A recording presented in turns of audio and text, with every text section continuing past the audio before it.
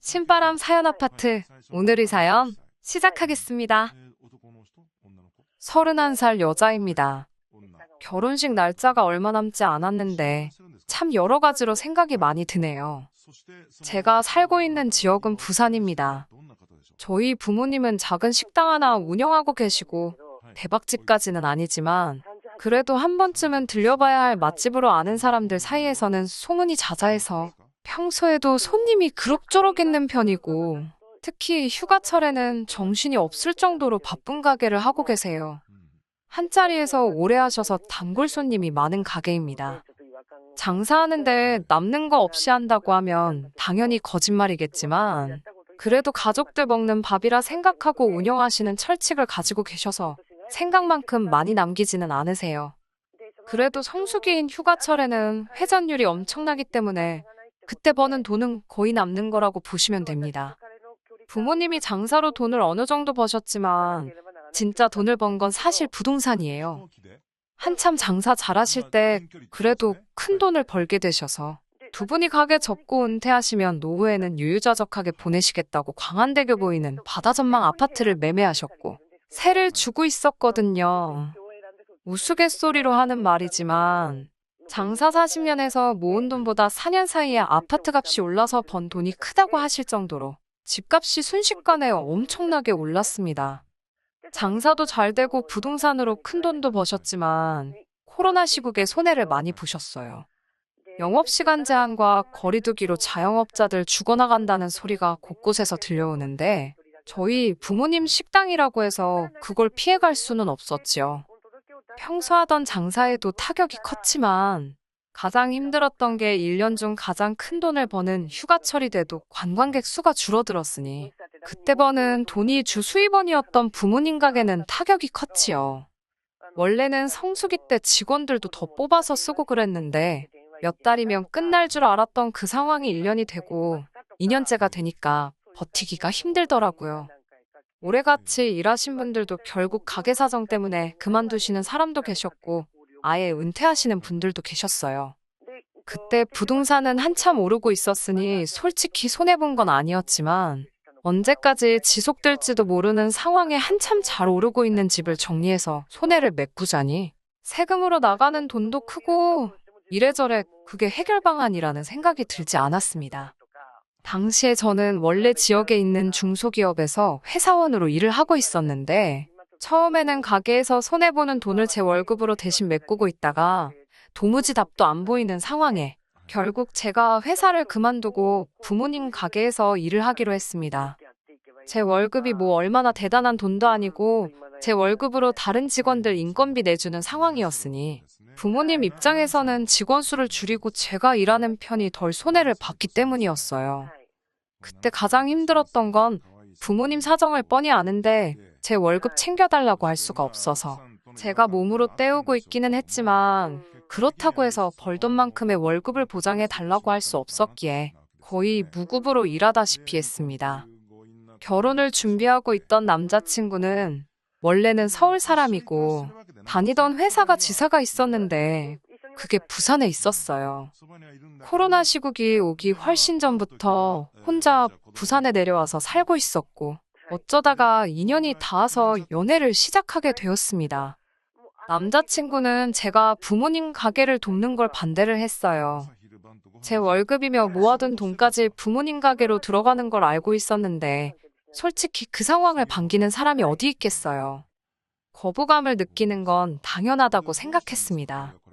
더군다나 남자친구나 저나 서로 나이가 있는지라 결혼 이야기가 본격적이지는 않았지만 오고 가고 있던 상황이었으니 제가 돈을 더 모으는 상황이 아니라 그나마도 모아놓은 돈을 계속 까먹고 있는 상황에 솔직히 결혼 이야기는 물 건너갔다고 생각했습니다.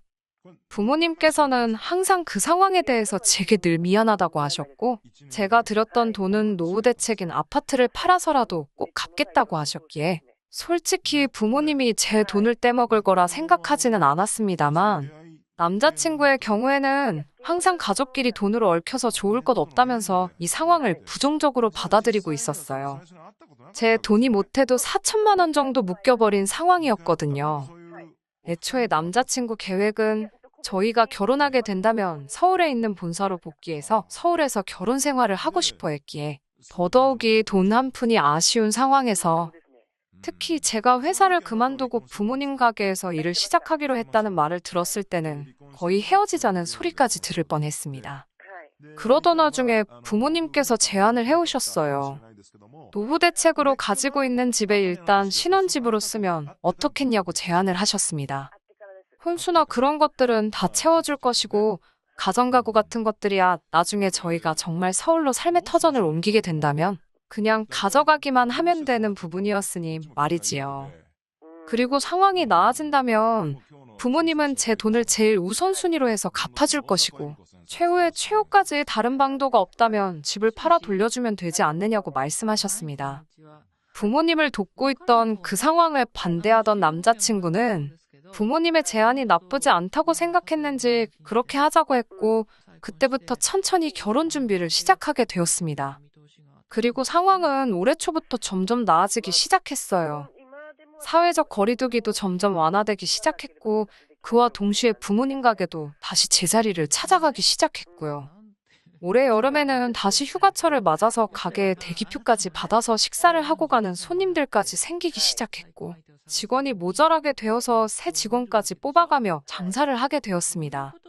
그때부터는 부모님이 그동안 저한테 못 주고 계셨던 월급도 챙겨주셨고 저한테 빌린 돈도 일부긴 하지만 조금씩 갚아주시기 시작해서 본격적인 결혼 이야기가 오고 가고 준비를 시작했을 때는 부모님이 제게서 빌려간 돈이 1,000만 원도 남지 않은 상황이었습니다. 그때쯤부터 남자친구도 서울에 있는 본사로 돌아가는 게 아니고 지사에 뿌리를 내리고 싶다는 이야기를 해왔습니다. 그도 그럴 것이 이러나 저러나 제가 부산에 남아있으면 부모님 가게에서도 계속 일을 하며 경제활동을 할 수 있었고 부모님이 은퇴하시게 될 경우에는 제가 가게를 물려받는 경우도 생길 수 있으니 여러모로 장점이 더 많다고 생각했던 것 같아요. 거기에 남자친구가 서울 본사로 다시 출근을 한다고 해도 월급을 더 받게 되는 것도 아니고 지사 생활이 오래되다 보니 인맥도 없는 본사로 돌아가는 것보다 지사에 남는 편이 정년보장도 된다는 판단을 했기 때문입니다. 결혼 준비하는 동안은 서울에 예비 시부모님을 찾아뵌 적이 따로 없었습니다. 코로나 때문에 위험하기도 했고 올 초부터는 부모님 가게가 정상적으로 돌아가기 시작하면서 가게가 바빠서 짬을 낼 시간이 없었거든요. 그러다 몇 달 전에 드디어 예비 시부모님께 인사를 드리러 서울로 올라가게 되었습니다. 그런데 거기서 사소한 오해가 생기게 되었어요. 남자친구가 서울 남자긴 하지만 무뚝뚝한 건 경상도 남자 못지않게 무뚝뚝한 편이거든요. 처음에는 그렇게 생각하려고 했어요. 무뚝뚝한 편이기에 부모님께 신혼집을 설명하는 과정에서 중요한 이야기를 제대로 전달하지 못했다는 식으로 말이죠. 처음에는 분위기도 좋았고 사소한 이런저런 이야기를 주고받고 있었습니다. 그러다가 예비 시어머니가 저한테 신혼집 이야기를 꺼내더라고요. 아파트 시세에 대해서 묻길래 부모님이 노후 대책으로 사두신 아파트고 4억에 매매를 했는데 현재는 그게 많이 올라서 10억 정도 하는 걸로 알고 있다고 제가 아는 선에서 대답을 했습니다. 그런데 난데없이 결혼하게 되면 그 집 명의는 어떻게 할 거냐고 묻더라고요. 그 말에 처음에는 남자친구가 자세한 이야기는 하지 않고 저희 부모님이 집을 해주시기로 했다고만 전달한 줄 알고 다시 정리해서 예비 시어머니한테 설명해드렸어요. 말씀드렸다시피 그 집은 저희 부모님께서 노후 대책으로 사놓으신 아파트고 두 분이 은퇴하시면 그 집에서 지내실 거라고 저희는 그때까지 그 집에서 살다가 부모님 은퇴하는 타이밍에 맞춰서 새 집을 구해서 나갈 계획이라고 말했더니 그 말은 금시초문이라는 듯이 반응을 하더라고요. 제 돈이 저희 부모님한테 상당히 묶여있다고 들었다며 저희 부모님은 저한테 빚까지 지고서는 다른 사람도 아니고 딸이 결혼하는데 집 명의를 왜 붙들고 계시는 거냐 묻더라고요. 빚이라고 해봐야 그때 당시에는 1,000만 원도 남아있지 않았고 가장 많이 빌려가셨을 때도 4천만 원 남짓한 돈이었는데 아무리 그래도 1,000만 원 빚 갚는다고 10억짜리 집을 제 명의로 돌려주실 이유는 없잖아요. 그렇다고 그깟 1,000만 원 갚자고 몇 년 사이에 2배가 넘게 오른 부동산을 처분할 이유도 없고 말이죠. 남자친구가 말을 어떻게 전한 건지 전달하는 과정에서 오해가 생겼겠거니 하고 있었지만 실상은 그게 아니었네요. 예비 시어머니는 저한테 그 집은 저희가 결혼하게 되면 명의를 옮기는 게 맞다고 하시며 남자친구도 결혼할 때 돈을 가져가니 공동 명의로 하는 게 맞다고 하더군요. 저게 무슨 귀신 씨나라 가먹는 소린가 싶어 남자친구 쪽을 쳐다봤는데 남자친구는 당혹스러운 표정만 하고 있지 나서서 그 상황을 해결하거나 끝내려는 모습은 보이지 않았습니다. 다시 부산 내려가는 길에 남자친구가 그제서야 자기가 설명을 제대로 못했다며 사과를 하더라고요. 그 상황에서 잘못 알고 계신 거라고 예비 시어머니한테 자초지종부터 모든 걸 설명하고 있을 때는 찍소리도 안 하더니 집에 가는 길에 제 기분 풀어준답시고 그제서야 사과를 하는데 솔직히 남자친구가 처음으로 못 믿었다는 생각이 들었어요. 결과적으로는 예비 시어머니한테 처음부터 끝까지 설명하게 되면서 아무리 결혼을 하고 나서라도 그 집은 저희 부모님 노후 대책이나 마찬가지이기 때문에 공동명의는커녕 제 명의로도 돌아가지 않을 거라고 못을 박아두기는 했습니다. 부모님과의 금전관계도 몇 달 뒤에는 완전히 해결될 일이고 만에 하나 그 집을 저희가 제 부모님한테서 매매를 하게 되더라도 값은 시세에 맞춰서 제 값을 치를 것이라고 확실하게 선을 그어놨어요. 아무리 부모님한테 설명하는 과정에서 오해가 생겨났다 하더라도 이해하기 힘든 부분이 많았습니다. 그래서 그런가 솔직히 이 결혼을 하는 게 맞는 건지 싶은 생각도 드네요. 혹시나 예비 시어머니가 꺼낸 말이 오해에서 나온 것이 아니고 모든 상황을 알고 있는 와중에 나온 본심이 아닐까 하는 생각 때문에 말입니다. 어찌저찌 오해를 풀었다고는 하지만 솔직히 첫인사 드리고 나서부터 생각이 많아 일도 손에 안 잡히는 상황이네요.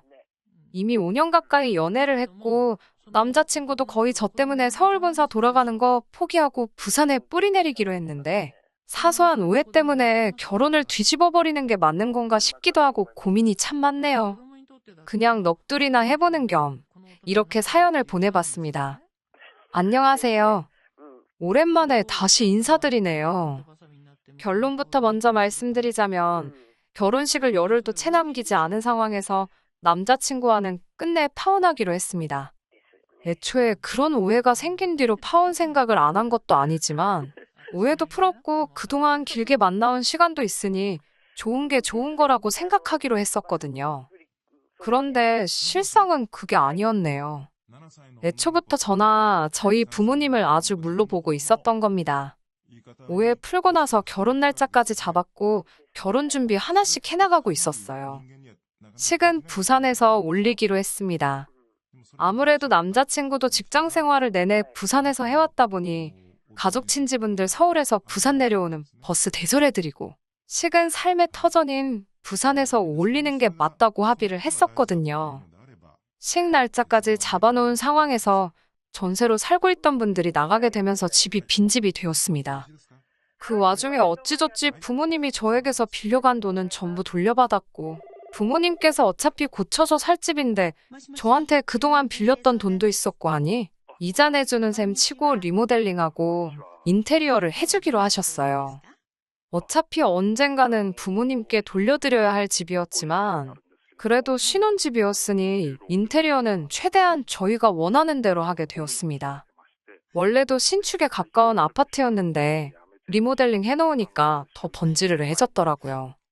특히 통창으로 보이는 바다 전망이 정말 멋지고 밤에는 맘대로 야경이 너무 좋더라고요. 당장 들어가서 살아도 되지만 그래도 시골리고 신혼여행 다녀온 후에 의미 있게 들어가서 살려고 입주는 따로 안 하고 있었어요. 그런데 예비시모한테 전화가 왔어요. 예비시부모님과 결혼한 예비신우 부부까지 해서 당장 내려오겠다는 겁니다. 결혼식이 2주하고 며칠 정도 앞두고 있는 상황이었는데 뭐 때문에 오려는가 했어요. 그런데 당신들부터 예비신우 부부까지 올여름에 휴가를 못 다녀왔다며 결혼식 하는 김에 부산에 먼저 내려가서 휴가 좀 즐기다가 결혼식 참석하고 가겠다고 하는 겁니다. 다른 하객들이야 여전히 버스를 대절한 상황이기에 문제가 없었고 미리 와서 쉬다 간다는데 제가 못 오게 할 이유도 없었지요. 그러시냐고 했는데 난데없이 집 비밀번호를 알려달라고 하더라고요. 신혼집 비밀번호가 왜 필요하시냐 물었는데 자기들 2주간 머물 곳은 있어야 하지 않겠냐며 거기서 먹고 자고 하겠다고 하는 거예요. 듣다 보니 너무 황당하더라고요. 아무리 그래도 신혼집 가구며 혼수 다 새 것으로 준비해놓았고 남자친구 짐은 아직이지만 제 짐은 이미 다 들어가 있는 상황이었거든요. 저희도 당장 들어가서 살아도 되는 상황이긴 했지만 기분 내겠다고 저희도 가고 싶은 거 참고 견디고 있는데 그 집이 지금 빈집이나 마찬가지인데 좀 쓰면 어디가 덧나냐고 하더라고요. 그건 조금 어려울 것 같다고 말했더니 빈집 가지고 뭘 야박하게 구냐면서 예비 시부모가 쓰겠다는데 어떻게 거절을 할 수가 있냐면서 저한테 뭐라 쓴소리를 하더라고요.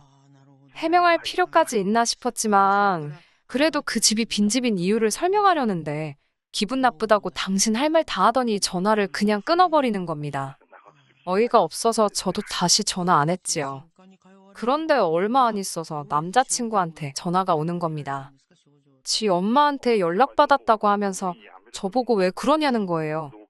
살림이며 내 옷이며 다 들어가 있는데 솔직히 불편하다고 했어요. 아직 그 집에서 살 우리도 하루도 안 지낸 곳인데 새 가정가구며 쓰게 하고 싶지도 않고 혹시나 뭐 망가지거나 흠집이라도 생기거나 내 물건이라도 하나 없어지면 싫은 소리 해야 될 수도 있지 않냐고.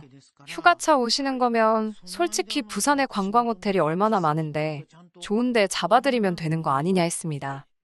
그랬더니 다짜고짜 저한테 어차피 장인 장모님 집인데 왜 저보고 집주인 행세를 하느냐고 하더군요. 저희 부모님이 우리를 그 집에서 살게 해주신 게 다 한가족이라 해주신 거 아니겠냐고.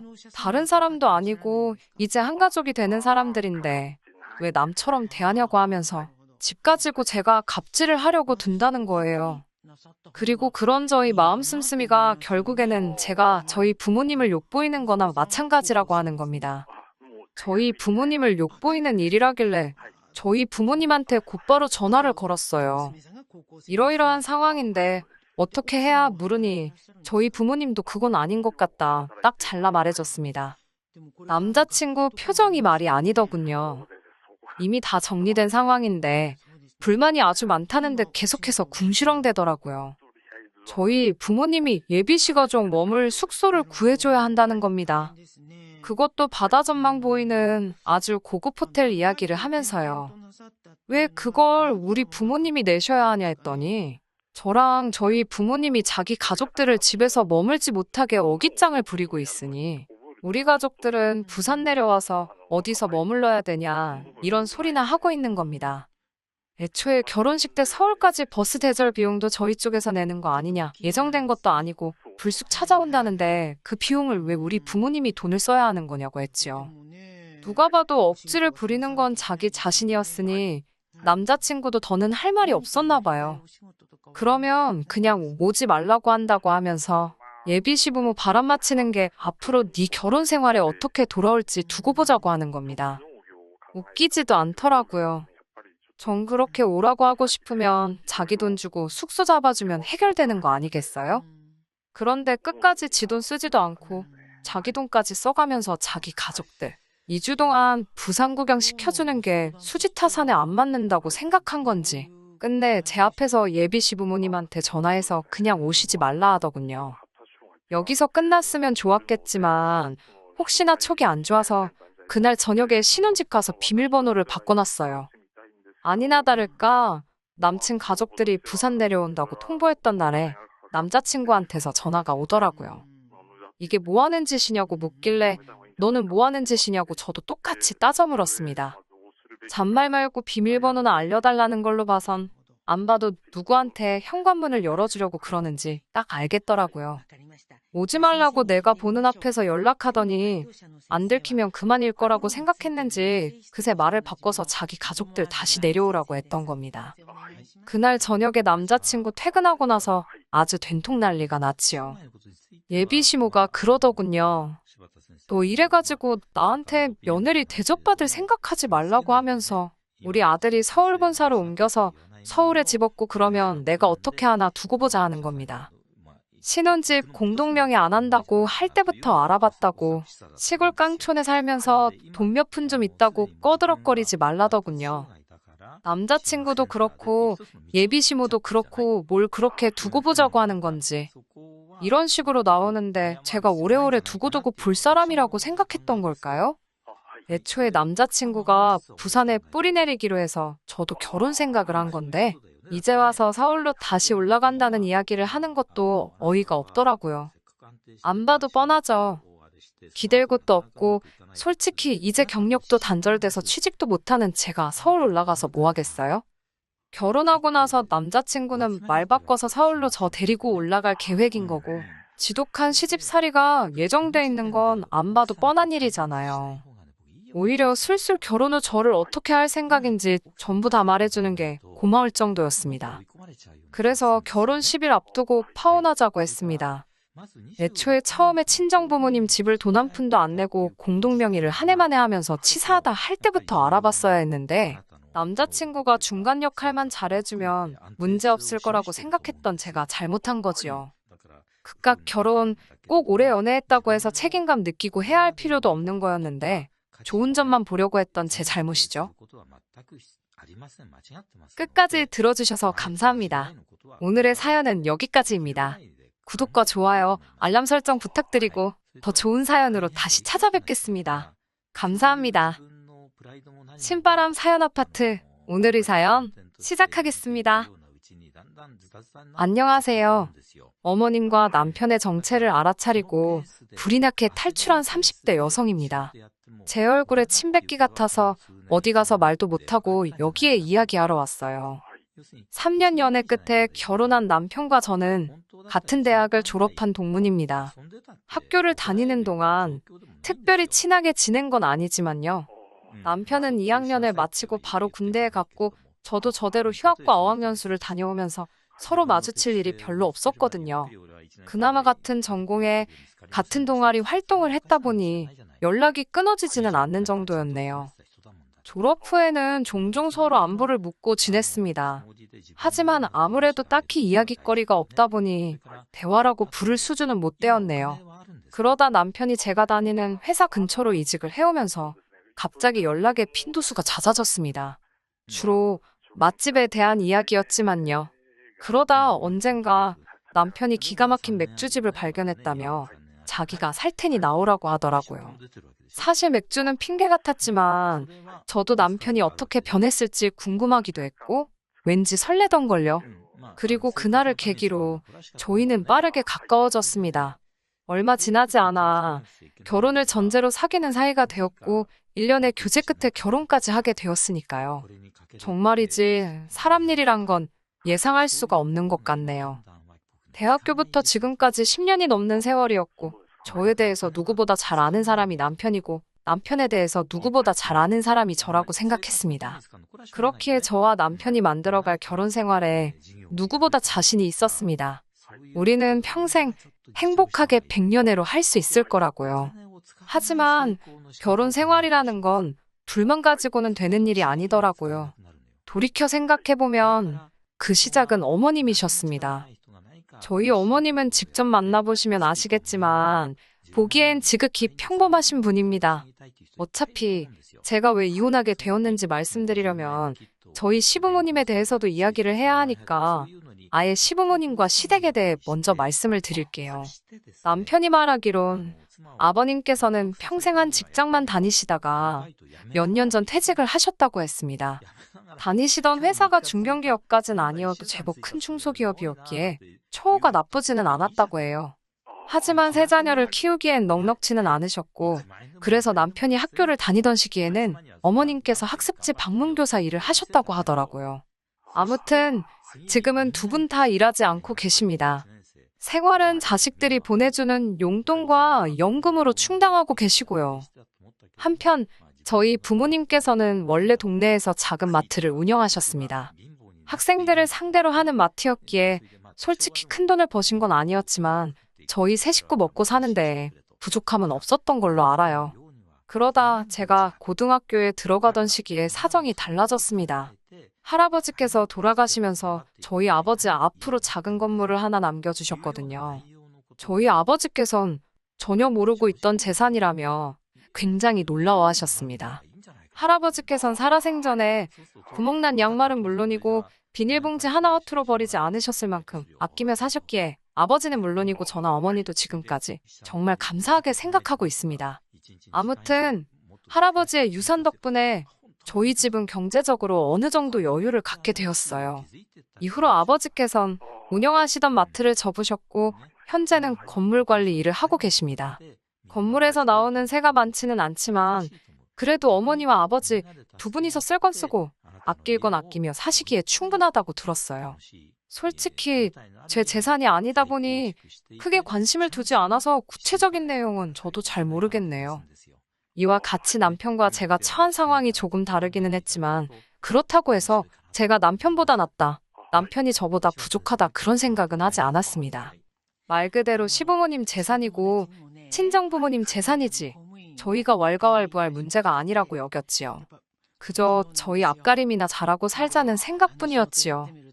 돌이켜보면 상견례 자리에서부터 어머님이 보여주신 행동들은 상식적으로 이해가 되지 않았습니다.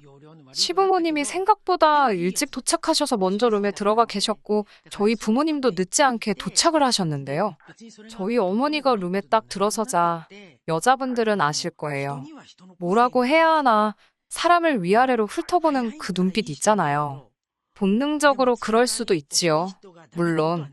그런데 그게 아니라 정말 저희 어머니가 뭘 입고 뭘 걸쳤는지 꼼꼼히 확인하듯이 바라보시더니 그 가방이 참 예쁘다며 얼마 주고 샀냐고 물어보시는 거예요.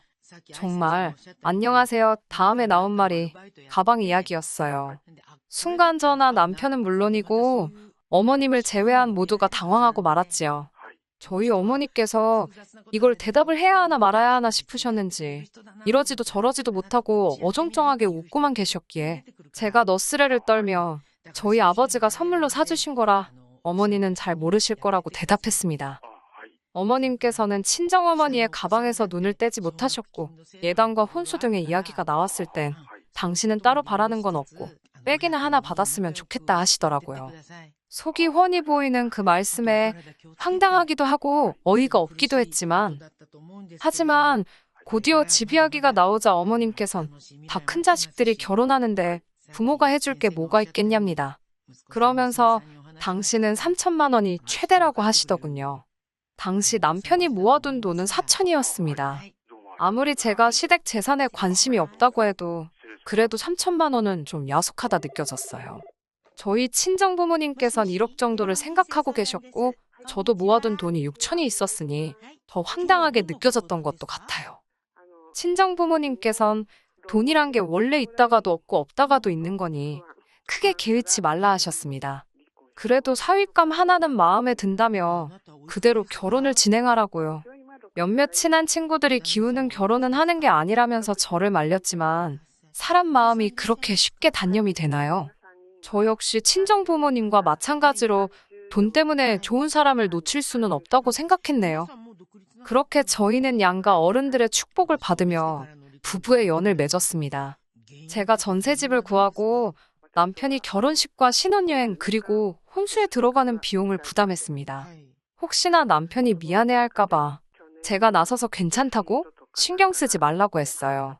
하지만 어머님께서는 이런 저희의 사정을 모르시는 건지 상견례 때 이야기 한 백은 안 사줄 거냐고 물어보시더라고요. 친정어머니도 그게 마음에 걸리셨다며 기왕 약속한 거 기분 좋게 하나 사드리라고 하셨기에 저희 어머니 가방과 같은 브랜드의 제품으로 마련해드렸습니다. 그런데 어머님 반응은 제 예상과는 달리 시큰둥했어요. 마음에 안 드시냐 물으니 당신 가방이 저희 어머니 가방보다 작은데 더 싼 거 산 거 아니냐고 물으시더라고요. 저희 어머니는 오래전에 사신 거라서 어머님께 더 비싸고 최근에 나온 신상이라고 하니 그제서야 표정이 풀리며 고맙다 하시는데 어휴 뭐라고 할까 좀 황당하고 어이가 없었지요. 그래도 그때만 하더라도 단순히 어머님이 생각보다 유치하시네 라고 여겼지 설마 이보다 경우 없는 행동을 하실 거라곤 전혀 생각지 못했습니다. 한 번은 이런 일도 있었어요. 결혼 전부터 저는 친정어머니와 매달 30만 원씩 돈을 모아서 1년에 적어도 한 번씩은 같이 여행을 다녔거든요. 남편에게도 결혼 이후에도 이것만큼은 계속할 거라고 이야기해둔 상황이었고요. 하지만 지난해에는 나라 상황도 그렇고 여러 가지로 여의치 않아 여행을 다녀오지 못했기에 올 연말에 가자는 이야기가 나왔습니다. 연말에는 여행 가는 사람이 많아 미리미리 준비를 해야겠다 생각하던 무렵에 어머님께서 연락을 해오셨습니다. 전화를 받았는데 어머님께선 한껏날이 선목소리로 다짜고짜 저더러 잘못한 일이 있지 않냐고 하시더군요. 하지만 아무리 쥐어짜내도 도통 떠오르는 일이 없었기에 제가 괜한 너스레를 떨며 잘 모르겠다고 이야기해달라고 부탁을 드렸지요. 그러자 어머님께선 넌 돈 좀 번다고 네 엄마만 챙기냐입니다. 당신도 좋은 데 가서 맛있는 거 먹고 놀러 다니는 거 좋아하신다고요. 그제서야 저랑 친정어머니가 여행을 가는 것 때문에 이렇게 심통이 나셨구나 싶더군요. 저는 어머님께 그럼 다음에는 같이 가자고 대신 어머님도 어머님 경비는 가져오셔야 한다고 혹시나 오해하실까 최대한 애교스럽게 말씀드렸습니다. 저희 엄마랑 저도 각자 경비를 내는 거라고도 덧붙였고요. 그러자 어머님께선 죄송하면 죄송하다고 말을 하면 되지 돈을 내라 마라 치사하고 더럽답니다. 황당했지요. 당황한 제가 통장이라도 보여드려야겠냐고 여쭤봤지만 어머님은 됐다고 저더러 정말 웃기네라 하셨어요. 돈 이야기가 나와서 말이지만 저는 따로 남편 월급에 관여하지 않았습니다. 예를 들어 남편이 생활비라고 한 달에 100만 원을 주면 저도 똑같이 100만 원을 보태서 200만 원으로 살림을 꾸렸어요. 나머지 돈은 어떻게 쓰던지 간섭하지 않았습니다. 일단 남편이 현명하게 쓸 건 쓰고 모을 건 모을 거라는 믿음이 있었고 사실 시댁이 친정보다 어려운 상황이었잖아요. 때로는 저와 상의하지 않고 시부모님을 챙겨드리고 싶을 수도 있을 거고요. 그럴 때 제 눈치라도 볼까봐 그러지 말라고 터치를 안 했습니다. 대신 남편도 제 월급에 대해서는 이러쿵저러쿵 말을 하지 않았지요. 어디 적어둔 건 아니어도 저희 둘 사이에 어떤 규칙 같은 거라고 적어도 저는 그렇게 생각했네요. 아무튼 그날 밤 남편에게 어머님께 경비 이야기를 했더니 믿질 않으시더라고. 억울하다고 하소연을 했어요. 남편의 반응은 솔직히 뜻밖이었습니다. 전적으로 제 편을 들어줄 거란 기대는 없었지만 제 탓을 할 줄은 몰랐네요. 어머님이 돈 이야기에 예민한 거 알면서 다음엔 모시고 간다 하고 한 50만 원이라도 일단 보내드렸으면 싫은 소리를 들었겠냐고 그러더군요. 아니 모시고 갈 것도 아니고 50만 원을 드릴 생각도 없고 이유도 없었는데 왜 지키지도 못할 소리를 하라고 하는 건지 더 이야기해봤자 싸움만 나겠다 싶어서 제가 먼저 입을 다물었어요. 하지만 제가 결정적으로 남편과 이혼을 결심하게 된 건 어머님의 억지 때문이 아니라 남편이 반복적으로 보여준 실망적인 태도 때문이었습니다. 시부모님께서는 연락을 무척 중요하게 여기시는 분들이세요. 문자나 전화는 물론이고 한 달에 적어도 2번은 같이 식사를 했으면 하셨지요. 그나마 다행인 건 시댁과 친정도 그다지 멀지 않은 곳에 있었네요. 그래서 보통 시댁에 들렸다가 친정에도 들렸습니다. 시부모님과는 꼭 식사를 같이 했는데 가끔은 늦게까지 못 일어나게 하시는 날도 있어서 그럴 때면 친정 부모님과는 얼굴만 보고 오고 그랬어요. 사실 시댁부터 들리게 된 것도 어머님의 억지 때문입니다. 저는 솔직히 한 번은 시댁 먼저, 한 번은 친정 먼저 그렇게 하는 게 공평하다고 생각했어요. 하지만 어머님께서 항상 입버릇처럼 하시는 말씀이 전화 한 통을 하더라도 시댁에 먼저 하고 이후에 친정에 하는 게 순서랍니다. 말이 나와서 말이지만 어머님이 하시는 말 한마디 한마디에 의미를 부여하기 시작하면 정말 속상하고 서운한 일이 많을 것 같아 결혼 초부터 솔직히 어느 정도 걸러듣고는 있었습니다. 아무튼 그뿐만이 아니라 어머님께서는 저희가 친정 부모님과 만나면 어디에 가는지, 무엇을 먹는지, 몇 시간이나 같이 있었는지 그런 것들을 궁금해하셨습니다. 이 부분에 있어서는 어쩔 수 없이 나중엔 거짓말을 한 적도 있어요. 그도 그럴 것이 친정 부모님과 외식을 하게 되면 항상 딸과 사위 몸보신 시켜주신다며 몸에 좋고 비싼 곳으로 저희를 데려가 주셨거든요. 한 번은 남편이 랍스터를 한 번도 안 먹어봤다고 해서 거길 갔었는데 그걸 알게 되신 어머님께선 좋은 걸 니들만 먹고 다니냐며 아도 서운타 하셔가지고 저희도 친정부모님이 사주셔서 먹은 거지 저희 돈으로 먹으라 했으면 아까워서 못 먹었을 텐데요. 아무튼 그래서 기껏 모시고 갔더니 맛대가리도 없다며 몇 입 드시곤 다 남기셨지요. 돈은 저희가 냈고요. 돈 이야기가 나오니까 할 이야기가 또 생각나네요. 친정부모님과 식사를 하러 가면 항상 계산을 친정부모님이 해주세요. 그래서 그날은 제가 돈을 내려고 계산할 기회만 노리고 있었지요. 친정아버지께서 화장실에 가신다고 잠시 자리를 비우셨고 그 틈에 제가 20만 원 남짓을 긁었습니다. 그러자 친정아버지께서 니들이 왜 그걸 내냐며 화를 내시더니 제 손에 기어이 50만 원을 쥐어주셨지요. 뿐만 아니라 결혼식 이후 저희는 매달 생활비의 일부로 친정엔 20만 원, 시댁엔 30만 원씩 용돈을 드리고 있었어요. 하지만 저희 결혼기념일이 돌아왔을 때 친정부모님께선 300만 원으로 그 돈을 되돌려 주셨습니다. 어디 가서 둘이 오붓한 시간이라도 보내고 오라면서요. 하지만 그 무렵 시부모님께서는 물가가 얼마나 올랐는데 아직도 30만 원이냐며 더 올려달라고 요구를 해오셨지요. 양쪽 집안 어른들을 비교하면 안 되는 거지만 저도 사람이다 보니 어쩔 수 없이 더 잘해주시는 쪽으로 마음이 기울더라고요. 그렇다고 제가 시댁을 무시하거나 업신여기지는 않았어요. 오히려 서운타 하실까봐 40만 원으로 용돈도 올려드렸고 해주시는 거 없어도 제철과일, 좋은 음식 같은 건 때때로 댁으로 보내드렸습니다. 하지만 지난달 일이 터졌습니다. 저는 지금도 왜 일이 갑자기 그렇게 된 건지 이해는 되지 않지만 그날은 저희 친정어머니께서 저희 집을 소불고기에 간장게장에 김치에 바리바리 싸우셨더라고요. 그래서 제가 너무 감사해서 20만 원 챙겨드렸습니다. 솔직히 20만 원으로 재료비나 될까요? 마음 써주시고 고생하신 거에 비하면 아무것도 아니라고 생각했습니다. 그런데 민망하게 남편이 감사하단 소리도 안 하고 멀뚱멀뚱 서 있길래 제가 눈치를 좀 줬습니다. 그러자 로봇 마냥 뻣뻣하게 감사하다고 인사를 하더라고요. 평소라면 넉살 좋고 살갑게 구는 인간이 왜 이러나 싶어서 황당하기도 하고 어이없기도 하고 저희 어머니도 말씀으로는 볼 일이 있어서 가보신다 하며 서둘러 나가셨지만 제가 느끼기엔 사위 반응이 썰렁하니 민망해서 나가신 것 같았거든요. 기분이 너무 안 좋았어요. 친정어머니가 나가시고 제가 남편한테 뭐가 문제냐고 물었습니다. 그러자 왜 장모님은 자기한테 연락도 없이 집을 오시냐는 거예요. 그러면서 저더러 어머님이 저한테 연락 없이 집에 오시면 좋겠냐고요.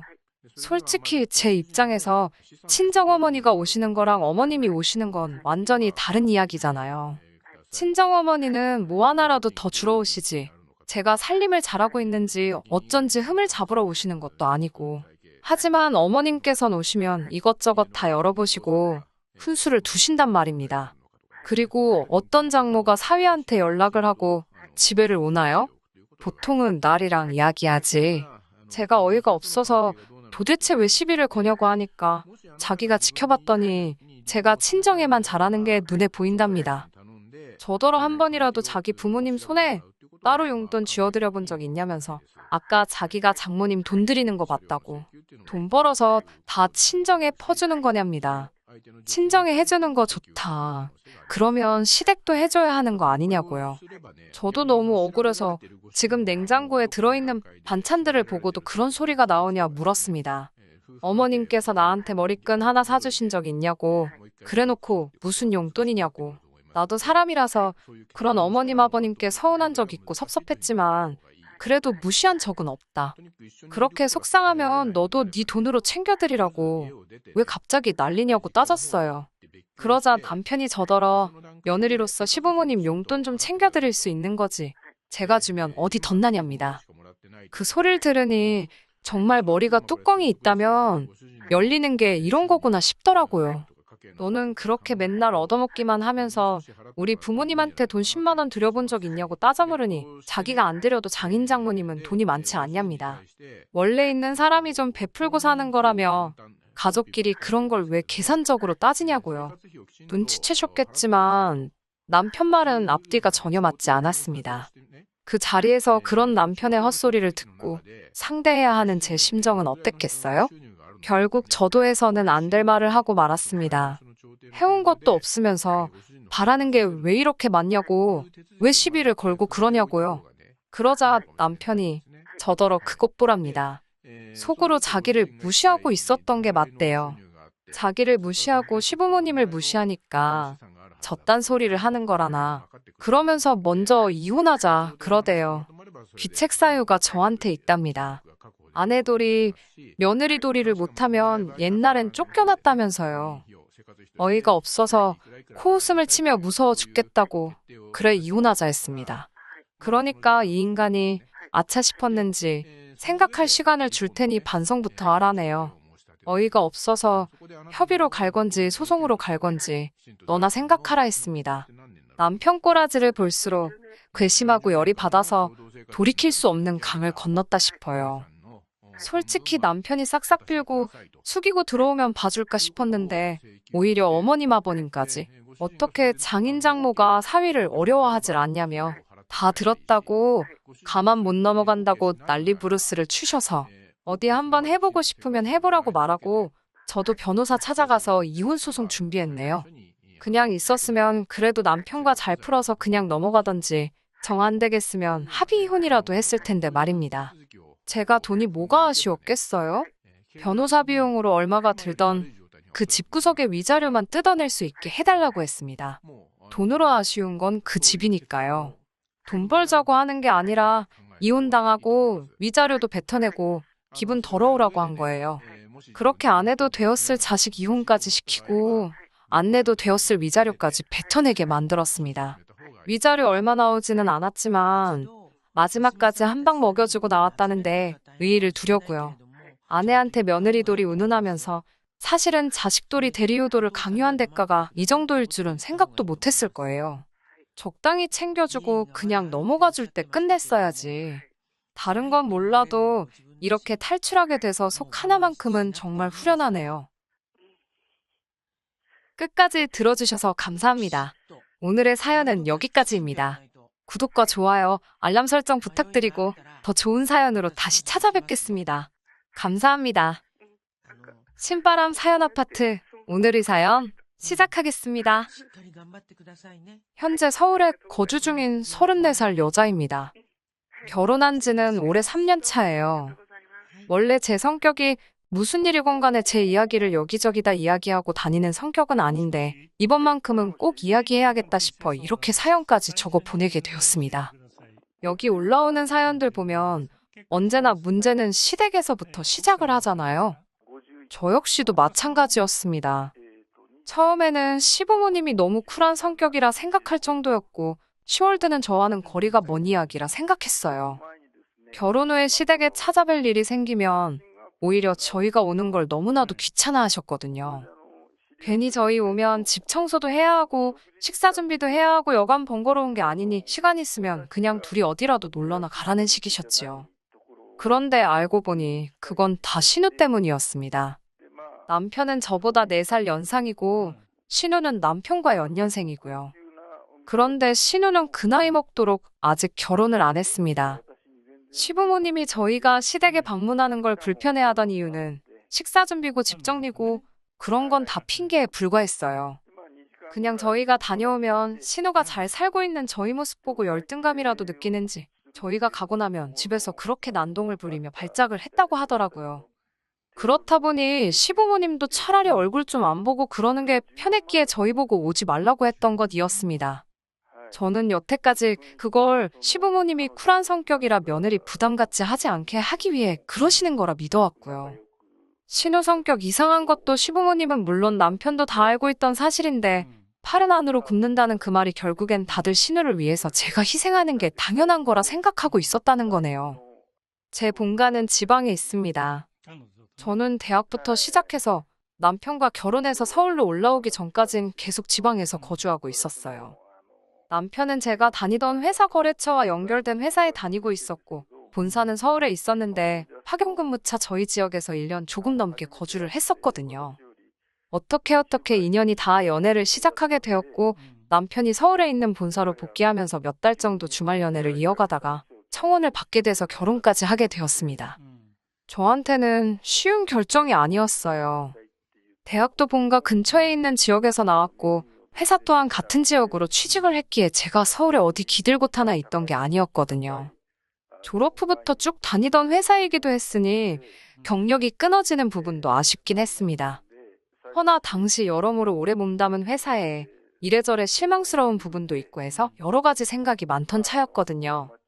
제가 아무리 회사에서 좋은 성과를 낸다고 해도 진급에 있어서는 남자 직원한테 양보를 해야 하는 그런 부분들부터 회사 역사상 여자가 대리 이상으로 진급한 일이 없다고 하는데 그런 부분에 어느 정도 한계를 느끼고 있던 차였어요.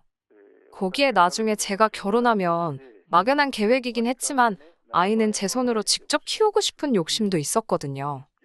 그래서 고민 끝에 저는 남편을 따라 서울로 가기로 했습니다. 회사 사표 한 장 집어던지면 끝나는 거지만 삶의 터전을 바꾸는 거니 여러모로 정리해야 할 게 많았습니다. 지방이긴 하지만 그래도 제 명의로 아파트를 하나 보유하고 있었거든요. 제가 대학교를 다닐 때는 친정부모님 집에서 같이 살면서 통학을 했었어요. 그리고 졸업과 동시에 취직을 하게 되었으니 독립을 해보고 싶은 마음도 있었고 무엇보다 부모님 집에서 회사까지 출퇴근이 정말 불편하게 되어 있었거든요. 차를 사는 방법도 있긴 했는데 제가 말씀드렸다시피 회사가 이상한 부분에서 소위 말하는 꼰대 같은 모습이 좀 있었어요. 그래서 당시 신입 직원이었던 제가 차를 끌고 출근하는 건 상상도 못할 일이었습니다. 지금 생각해보면 차 끌고 출근하는 거랑 신입 직원인 게 무슨 상관이 있나 싶지만 그때는 회사의 암묵적인 룰이니 당연히 따라야 한다 생각했고요. 출퇴근으로만 몇 시간씩 시간을 버리게 되니 여러모로 부모님 집을 나와 독립을 하는 게 가장 좋겠다는 생각이 들었어요. 그래서 회사 근처에 있는 월세 같은 걸 구해 혼자 살아볼 작정이었거든요. 몇 달 일해서 월급도 모여있던 상황이었는데 그 돈으로 구할 수 있는 방은 회사와는 가까워지지만 출퇴근이 불편한 건 매한가지였어요. 그래서 회사 근처에 있는 신축 오피스텔 같은 곳을 알아봤는데 그런 곳은 또 보증금부터가 꽤나 목돈이 필요하더라고요. 월세는 월세대로 비싼 느낌이고 관리비는 관리비대로 이중으로 돈이 나가니 출퇴근 좀 편하게 하겠다고 돈을 버리는 느낌도 들었고요. 그렇게 고민하던 와중에 친정부모님께서 상황이 그러면 월세를 구하는 게 아니라 아예 자가로 집을 하나 구하는 게 어떻겠냐 하시더라고요. 전세를 구하는 방법도 있긴 했지만 부모님께서 이리저리 같이 알아봐 주시다가 투자 가치도 조금 있어 보이는 아파트를 골라 그 아파트를 매매하게 되었습니다. 친정부모님께 6천 정도의 목돈을 지원받았고 나머지는 제가 모은 돈에 은행 대출을 껴서 제 나이 25에 내 이름으로 된 집을 갖게 되었지요. 24평에 지은 지 좀 되는 아파트기는 했지만 혼자 살기에는 더없이 넓은 집이었어요. 값도 합리적이고 출퇴근 문제도 해결되고 월세 나가는 거나 대출이자 내는 거나 비슷하겠지만 그래도 언젠가 이 집이 내 것이 될 거라는 생각에 이자 내는 건 아깝지도 않았습니다. 그 후부터는 열심히 돈을 모으며 빚부터 갚아야겠다 생각해서 돈 모으는 것에만 열중했어요. 조금씩 아끼고 절약하며 살다 보니 5년 뒤에 은행 대출은 완전히 다 털어버리게 되었습니다. 남편하고 연애를 시작하던 시점에는 이미 은행 빚은 다 갚은 상태였어요. 이래저래 수중에 모인 돈도 꽤나 있던 상황이었고요. 그리고 남편의 청혼을 받아 남편을 따라 서울로 가는 걸 결정했을 때 집은 집대로 있고 저한테는 추가적으로 1억이 넘는 저금이 있는 상황이었습니다. 남편 또한 당시 회사 생활을 좀 오래 했던 상황이어서 결혼 자금으로 1억 5천 정도를 모아놓은 상황이었어요. 제 돈까지 하면 2억 5천이라는 거금이긴 했지만 사실상 서울에서 그 돈으로 집을 구한다는 건 불가능에 가까운 일이었지요. 그나마 다행이었던 건 시댁에서 어느 정도 모자란 부분에 대해서 지원을 해주겠다고 약속을 했어요. 그래서 저희 돈과 시댁에서 지원해주는 돈을 합쳐 3억으로 전세를 구하고 나머지 돈으로 결혼 비용 및 자동차, 그리고 혼수 등을 구입하게 되었습니다. 집을 정리할 계획이 있기는 했는데 제가 1억 2천에 들어갔던 집이 2억으로 시세가 올라 있었거든요. 거기에 더불어 제가 결혼할 때쯤에 막 지방에도 투기 열풍이 불던 때였어요. 돈 좀 있다는 사람들이 보따리로 돈을 들고 와서 아파트를 몇 개를 사가지고 갔다. 이 지역에 대규모로 재개발 단지가 들어온다 뜬구름 잡는 소문이지만 여러 가지 호재들이 많은 상황이었지요. 집을 정리해볼까 해서 찾아간 부동산에서 부동산 아저씨가 하는 말이 일단 쥐고만 있어도 4억 5억까지는 오르지 않겠냐고 일단 들고 있으라는 식으로 귀뜸도 해줄 정도였어요. 그래서 남편과는 상의 끝에 그 집은 정리하지 않고 일단 그대로 두고 있기로 했습니다. 원래는 제 집을 전세를 주거나 할 계획이었어요. 그 돈을 보태서 저는 신혼집을 전세가 아니라 자가로 들어가고 싶었거든요. 그런데 남편이 조금 부담스러워하기도 했어요. 아무래도 시댁에서 지원해주는 돈이랑 자기가 모아놓은 돈도 적은 금액이 아닌데 제 걸 다 합치면 여전히 제가 더 많은 돈을 가져오는 거나 마찬가지였으니까요. 그러던 와중에 친정부모님 집에 가니 집도 엄청 낡았고 오래돼서 불편해하시는 게 눈에 보였어요. 아파트 한 번도 살아보신 적도 없었기도 하고요. 거기에 따지고 보니 친정부모님이 돈을 안 도와주셨다면 저도 자가로 집을 소유하는 게 아니라 그냥 월세살이 하면서 살고 있었을 거 아니에요. 은행 대출이야 빌린 돈이니까 다 갚았지 부모님이 해주신 돈은 당연히 내 돈이라고 생각해서 갚지도 않고 입싹 닫고 있던 상황이었고요.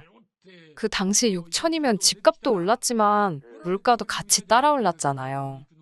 그러니 물가 같은 것도 감안한다면 못해도 1억은 해드려야겠다 생각했어요. 그래서 어차피 다른 사람한테 전세를 줄 바에 부모님께 그 집에서 한동안 살고 계시라고 했어요. 집값이 2배 이상 오른다는 호재도 있고 일단 집은 쥐고 있을 텐데 다른 건 몰라도 제가 당장 부모님께 해드릴 수 있는 게 그것 말고는 없더라고요. 이러나 저러나 당장 제가 모은 돈은 신혼집 구하는데 다 들어가야 했으니 말이지요. 남편도 이 생각엔 찬성했어요. 어차피 다른 사람한테 전세를 줘봐야 남편은 그 돈이 부담스럽다고 할 테니 그냥 쥐고만 있을 돈이기도 했고 나중에 집값이 오르게 된다면 그 돈으로 부모님께 돈도 갚고 저희도 더 넓은 집으로 이사가거나 할 때 보탤 수 있으니 좋은 생각이라고 하더라고요. 들으셨다시피 트러블 하나 없는 결혼 준비라 저한테 이런 일이 일어날 줄은 상상도 못했지요. 결혼 준비하면서 헤어지는 사람들도 많다는데 저희는 모든 게 물 흐르듯 좋게 좋게 잘 넘어갔으니 말이지요. 신우와 결혼 전에는 딱히 만날 일이 없었는데 축의금도 일부러 그런 건지 3만 원만 내고 가고 집 들일 때도 빈손으로 와서는 뭐 가구가 싸구려 느낌이 나네 하면서 처음부터 시렌트를 내서 대충 신우가 저를 안 좋아한다는 건 눈치를 채고 있었어요. 제가 뭐 잘못한 게 있는 것도 아닌데 왜 저러나 싶었는데 말씀드렸던 대로 자기 결혼 못한 히스테리를 부리고 다녔던 거였어요. 그런데 유독 저한테 살살 맞게 구는 게 뭐 제가 모르는 게 더 있나 싶어서 남편을 추궁해 물어보니 그 이유라고 할 것도 엄청 보잘것없는 이유더라고요. 신우가 속이 그렇게 좁은 사람이란 걸 알고 더 놀라웠지요. 신우가 저보다 3살이 더 많은데 저한테 새언니라고 부르는 게 싫어서 저러는 거라더군요. 남편이 어찌어찌 해명이라고 하는 게 신우가 어려서부터 리더십이 있고 어디 모임 같은 거 있으면 다 주도해서 처리하고 감투도 쓰고 그렇게 항상 이끄는 역할을 해왔다대요. 감투 쓰고 다녔던 거랑 저한테 높임말 쓰는 게 무슨 상관이 있나 싶었는데 말인즉슨 신우 주변에 신우를 따르는 후배들이 많이 있는데 제가 그 후배들보다도 어리다는 거예요. 그런 저한테 높임말을 쓰는 모습이 상상이 가질 않는다니 어쩌니 해서 싫다는 겁니다. 그렇다고 제가 신우한테 내가 손윗 사람이니까 받들어 모셔라 강요한 것도 아니고 신우한테 반말을 찍찍하고 그랬던 것도 아니에요. 어이가 없고 황당하기는 했지만 싫다는데 제가 뭐 어쩔 도리가 있었겠나요. 괜히 신우 마음 돌려보겠다고 아양을 부릴 것도 아니고 신우랑 가깝게 지낸다고 해서 저한테 득이 될 것도 없으니 그냥 거리 두고 살자고 했죠. 괜히 긁어 부스럼이라고 상황만 악화시킬 수도 있고 신우 덕분에 시댁과도 어느 정도 거리를 두고 살게 되었는데 따지고 보면 저한테는 나쁠 게 없는 상황이었으니까요. 남편도 시부모님도 나서서 이 상황을 나아지게 하려는 게 아니라 피해가자는 입장이었으니 그냥 그렇게 대면대면하게 지내기로 했었습니다. 그런데 그런 신우가 뭘 잘못 먹기라도 한 건지 언젠가부터 저한테 먼저 연락도 오고 새언니 새언니 하면서 친한 척을 하기 시작하더라고요. 그게 싫다고 할 땐 언제고 저도 사회생활을 했으니 대충 짐작은 가더라고요. 보통 사람이 갑자기 변하면 그게 죽을 때가 다 돼서 그러는 거 아니면 저한테 뭐 얻어낼 게 있어서 그러는 거 아니겠어요? 제 생각대로였어요. 신우가 갑자기 죽을 때가 된 게 아니고 진짜 이유는 후자에 가까웠습니다. 신우가 그 나이 될 때까지 결혼을 못한 건 신우 성격 때문에 그런 거라고 생각했어요. 이상한 데서 자존심 세우고 자기 자신을 너무 고평가하는 그 인성이 문제였겠지요. 그런데 집신도 짝이 있다더니 그런 신우도 결혼을 전제로 만나는 사람이 생겼어요. 그리고 두 사람이 이야기가 잘 돼가고 있는 건지 결혼 이야기가 두 사람 사이에서 오가고 있다더라고요. 하지만 그때까지도 신우가 저한테 잘 보일 이유가 하나도 없다고 생각했거든요.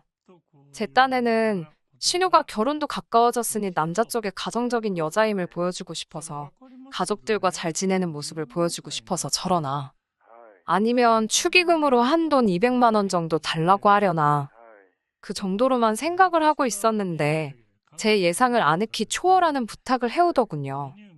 신우가 계속해서 한 번 만나자고 자리를 만들려고 할 때부터 촉이 안 좋았어요. 아마도 신우가 저한테 뭔가 부탁을 한다면 그날 그 자리가 바로 그 부탁을 해오는 자리가 될 거라 생각했거든요. 신우가 정신을 차렸구나 생각하고 최대한 그런 쪽이 아니라고 생각하려고 했지만 역시나 안 좋은 예감은 틀리는 법이 없었네요. 집들이 때도 안 사온 휴지 선물 세트를 사들고 와서는 가족 좋은 게 별거 있겠냐며 너스레를 떨더라고요. 괜히 시간 끌지 말고 본론만 빠르게 말해줬으면 하는데 언제부터 저희가 그렇게 친하게 지냈다고 온갖 아는 척, 추억이 넘쳐나는 척을 하면서 온갖 아양을 다 떨더라고요. 없는 추억 억지로 짜내서 분위기를 띄우려다가 막상 이야깃거리가 다 떨어지니 그제서야 본론으로 넘어가는데 신우는 나 결혼하는데 다른 건 딱히 해줄 필요 없다는 말로 시작해서 말도 안 되는 부탁을 별것도 아닌 것처럼 말을 하더라고요. 우연의 일치라고 하면서 자기 결혼할 남자가 이번에 제 본가가 있는 쪽으로 내려가 장사를 시작할 계획이라고 하더군요. 그리고 제 명의로 그쪽에 아파트를 가지고 있다는 사실을 들었다면서 다른 건 아니고 그 집을 자기들이 사주겠다고 하더라고요. 인심 쓰듯이 사주겠다는 말이 어이가 없었습니다. 제가 그 집을 팔려고 내놓은 적도 없고 그 집에 다른 사람도 아니고 친정부모님이 살고 계시는데 제가 미쳤다고 그 집을 친정부모님 이사시키고 신우한테 팔겠어요? 신우가 저한테 그동안 잘했고 못했고를 떠나서 얼토당토 않는 이야기였어요. 그래서 그 집에 부모님이 살고 계셔서 안 된다고 거절의 의사를 확실하게 말하려고 했습니다. 투자 가치가 있고 그런 이야기는 설명도 할 생각 없었고 그냥 안 된다고 말할 작정이었어요. 안 된다는 말을 꺼내려는데 신우는 이미 저한테 집을 사기로 한 것 마냥 제 말을 끊고는 더 어이없는 말을 하더군요. 결혼 후 몇 년 시간이 지나 시세도 이제 3억 초중반을 왔다 갔다 하고 있는 아파트를 대뜸 자기한테 1억 5천에 넘기라는 거예요. 세상에 애놀이를 해도 집값을 반 이상 깎아서 팔려고 하는 건 세상 어느 나라 개념인가 싶었습니다. 신우한테 그건 또 무슨 말도 안 되는 소리냐며 집을 팔 생각은 추호도 없었는데 1억 5천에 사겠다는 말을 들으니 더더욱이 팔 생각이 없다고 신우한테 집 이야기는 그만하라고 했어요. 시세에 곱절을 준다고 해도 팔 생각이 없으니 더는 물어볼 필요도 없다고요. 거절을 당하니 신우가 본 모습을 보이며 아주 입에 개거품을 물기 시작했습니다. 자기가 이렇게까지 숙이고 나왔는데 어떻게 고민도 안 해볼 수가 있냐고요. 신우한테 입장 바꿔서 한번 생각해보라고 했어요. 그냥 금매에 내놓아도 3억은 되는 집이고 친정부모님이 살고 계시는 집인데 신우라면 그 집을 반도 안 되는 값에 저한테 팔 수 있냐고요. 신우는 입에 개거품을 문 상태로 입장 바꿔서 생각해보라는 말 한번 잘 꺼냈다며 저보고도 자기 입장도 바꿔서 한번 생각해보라고 하더군요. 지 오빠가 결혼할 때 집에 있는 돈 다 가져가서 지금 이 사단이 난 거 아니겠냐는 거죠. 중소기업을 다니고 있긴 하지만 신우도 못해도 회사 생활 경력이 10년은 더 넘었을 텐데 모아놓은 돈 하나도 없다는 것도 이해가 가지 않았어요.